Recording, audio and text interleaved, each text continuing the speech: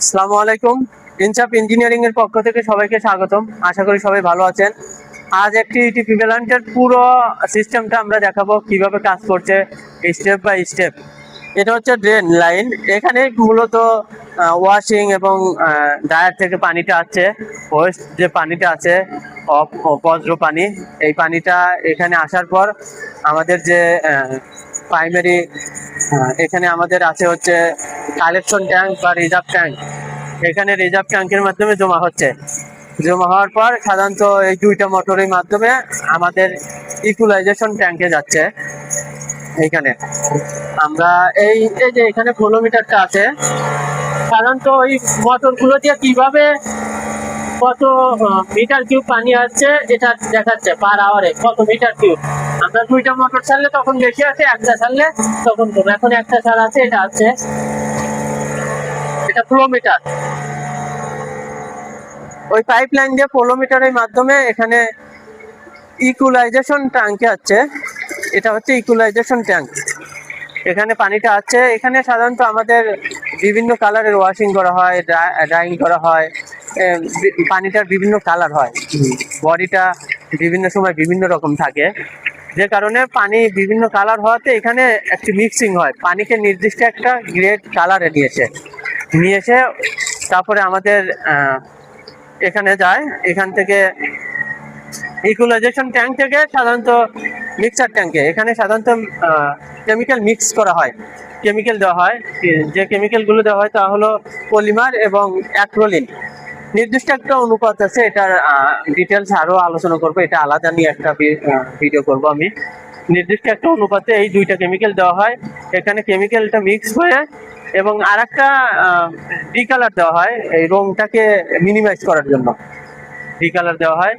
এখানে সবগুলো একসাথে মিক্সিং হয়ে পানিটাকে কালারকে কমিয়ে প্রাইমারি ক্যালিরিফায়ার ট্যাঙ্কে দেওয়া হয়। ওটা আমাদের প্রাইমারি ক্যালিরিফায়ার ট্যাঙ্ক। ওখানে সাধারণত ভারী যে ময়লা বজ্রটা আছে ওটাকে নিচে জমা করে পানিটাকে ভাসিয়ে তোলে। ওখান থেকে সাধারণত যায় হচ্ছে অ্যারোশন ট্যাঙ্ক। এটা আমাদের অ্যারোশন ট্যাঙ্ক।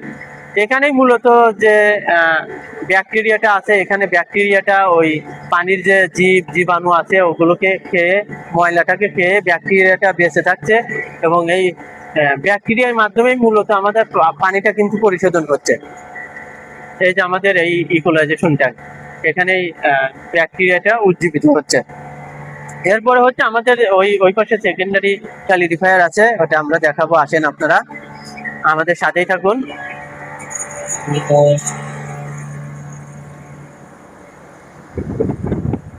এটা হচ্ছে সেকেন্ডারি ক্যালিরিফায়ার ট্যাঙ্ক।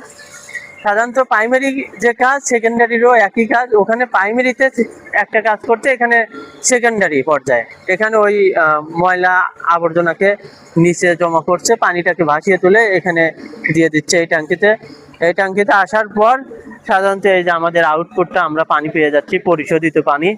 পানির সাথে যে বজ্রটা ছিল সেই বজ্রটাকে রিমুভ করে এখানে পানি পরিশোধন করা হয়েছে। দেখেন পানিটার কালার অনেক সুন্দর, এখন অনেক সুন্দর, মনে হচ্ছে যে নদীর পানি বা খাওয়া যাবে। আসলে খাওয়া যাবে না, এটা জীবাণু মুক্ত, কেমিক্যাল মুক্ত হয়েছে, কিন্তু এখনো জীবাণু মুক্ত হয় নাই পুরোপুরি। এটা খেতে হলে আরো অনেক ট্রিটমেন্ট আছে। এটা ওয়াটার যে ট্রিটমেন্ট প্ল্যান্ট ওগুলো করতে হবে। এখন এই যে পানিটা আমাদের আউটপুটে চলে যাচ্ছে, ইটিপি কাজ কিন্তু শেষ। এখানে আমাদের আউটপুট যে পানিটা আছে সেটা পেয়ে, এখানে যে আমাদের একটা ফ্লোমিটার আছে, আউটপুটে ফ্লোমিটার। এখানে দেখাচ্ছে যে কত মিটার কিউব যাচ্ছে, যে এখানে 6 মিটার কিউব, 6.45 কম বেশি হচ্ছে মিটার কিউব পার আওয়ারে এটা দেখাচ্ছে। এটা ডিসপ্লেটা আপনি দেখেন একটু, 6.74 মিটার কিউব পার আওয়ারে। এটাই মূলত আমাদের একটা ইটিপি প্ল্যান্ট এভাবেই কাজ করে থাকে। আমাদের যে ইটিপির আউটপুটের যে পানিটা আছে ওটা আমাদের ওই পাইপ লাইন দিয়ে এসে এখানে আসছে। এখান থেকে আমরা সাধারণত খাল আছে, খালে ছেড়ে দিচ্ছি অনেক সুন্দর করে, অনেক পরিশোধিত, ভালো পরিশোধিত করে পানিটাকে ছেড়ে দিচ্ছি। এভাবেই মূলত একটা ইটিপি প্ল্যান্ট কাজ করে থাকে। আপনারা যারা আমার ভিডিওটি দেখলেন অবশ্যই বেশি বেশি লাইক, কমেন্ট, শেয়ার করবেন, যাতে আপনি শেখেন, আপনার বন্ধু বান্ধব, পরিচিত অন্য এই বিষয়ে আইডিয়া নিতে পারে, জানতে পারে, শিখতে পারে। কারণ যে যত বেশি শেয়ার করবে এটা শেখার জন্য, সেও মানে সওয়াবের ভাগীদার হবে। নিজে শিখুন, অন্যকে শিখতে সহযোগিতা করুন। ধন্যবাদ সবাইকে।